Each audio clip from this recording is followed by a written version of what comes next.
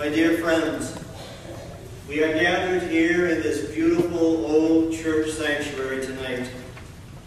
We are gathered as a supportive family, a supportive community, to offer our concern and our love to the family and friends of 17 loved men and one loved young woman who died 3 years ago when Cougar Flight 491 fell from the sky into the Atlantic Ocean. We also offer our love and concern for the one survivor of that crash, Robert Decker, and his family and friends. And tonight our hearts go out to all who mourn the loss of loved ones who have been lost in tragedy in relation to the oil industry. The last time I preached here at George Street United Church was a service in relation to the thousands of passengers who were stranded here in St. John's during September the 11th, 2001. That tragedy in the United States, which affected us here in this province. At that time, I was the provincial coordinator for pastoral and spiritual care.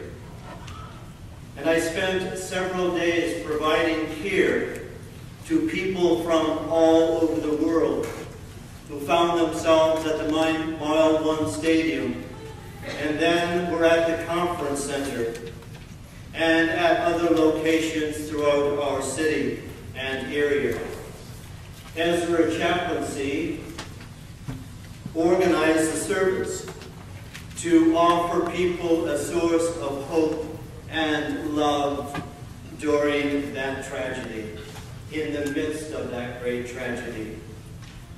Many people opened their hearts and homes to offer unconditional love to strangers in our midst. And I lift that up as an example of how we as Newfoundlanders and Labradorians indeed open our hearts, open our homes to provide care for the stranger, for those who are hurting, for those who are grieving.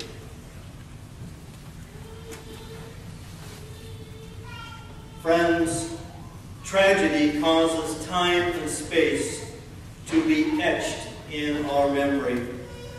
I am sure that everyone here tonight will remember where you were when you heard the news that Cougar 491 flight was in trouble. I was actually at a medical appointment at the Health Science Center. Do you remember where you were at that very moment? Following my appointment, I went to a room at the Health Science Center where family members of the crew and passengers were gathered in a room awaiting word, and at that time, a word of hope that maybe people would indeed be able to survive that crash. And we sat there, a lot of times in silence, waiting and waiting and waiting for that word. Peter James Fleming, in his book, Healing the Heartbreak of Grief, writes about those irreversible tragic moments in our life. And he said, one thing we have in common for all of us, our journey with heartbreaking grief began with what might be called an irreversible tragic moment. At that moment, what has been is gone forever. It is a tragedy of indescribable loss. One loved and treasured is gone. Even if we are skilled with words, we likely can find no words or phrase to describe the feeling of being torn apart by that loss. End of quote. The Newfoundland poet E.J. Pratt, in his gripping poem, Erosion, captured the power of that irreversible tragic moment. That tragic moment of the Cougar 491 crash into the sea. It took the sea 1,000 years to trace the granite features of this cliff in crag and scrap and base. It took the sea an hour one night, an hour of storm to place the sculpture of its granite scene upon a woman's face. Friends, Fleming writes about the power of grief in healing, for grief itself is a healing process. And he writes, when you have lost someone you dearly love, you feel as if you have been in an emotional and relational train wreck. Your whole world crashes around you. The sharp, stabbing pain you feel on the inside may be invisible to others, but it is constantly present with you. Your heart is broken, and no heart doctor can heal it. This is where grief comes in. Grief is indeed the heart doctor. Grief is an invisible healer. As painful and as horrible as it sometimes feels, grief eventually heals us enough so that we can begin again. It is our hope and prayer that each family member and loved one is progressing with your grief work, and that you are moving along in your journey of grief. I am sure that the love and support of family and friends has been a great encouragement to you on that journey.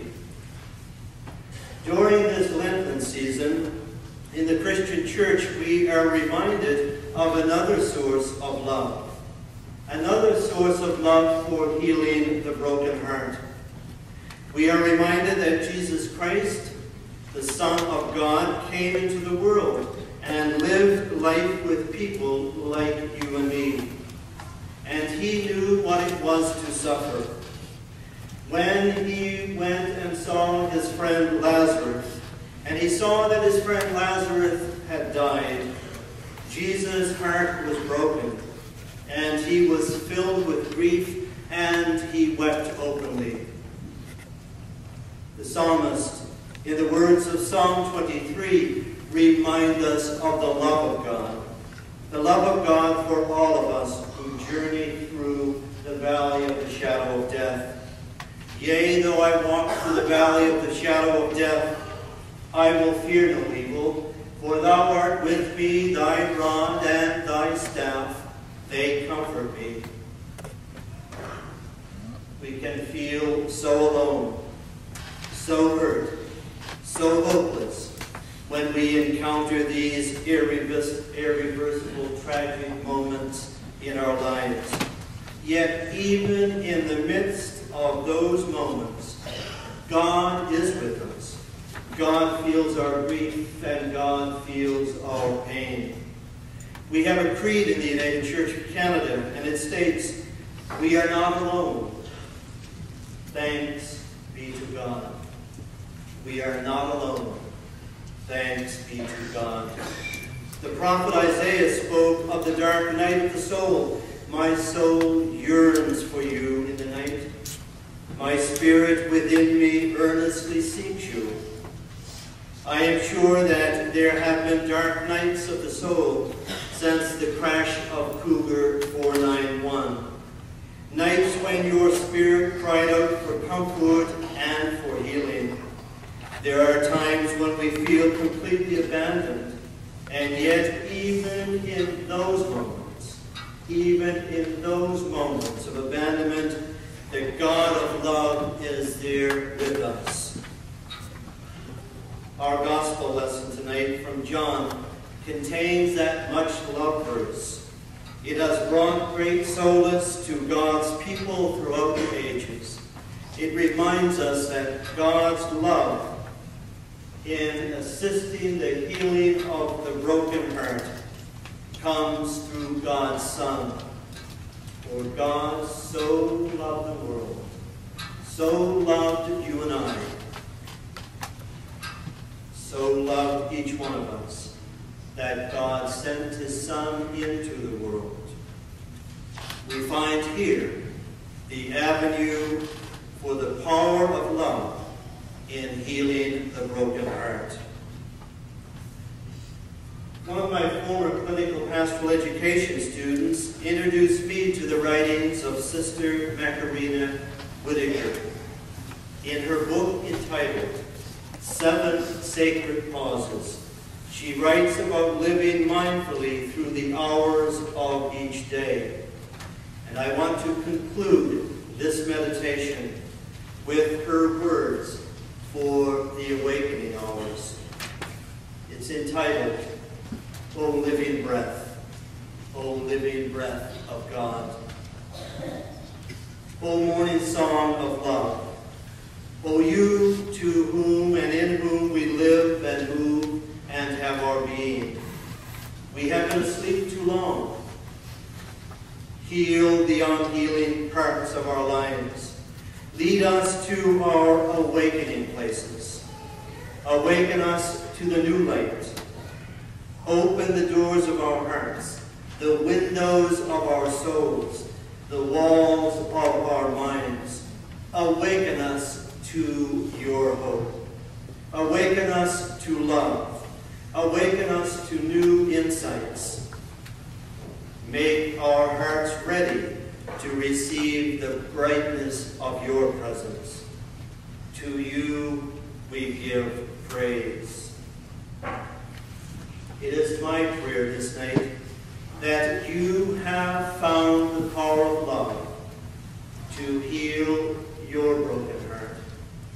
That as you continue on your journey with grief, love will sustain you.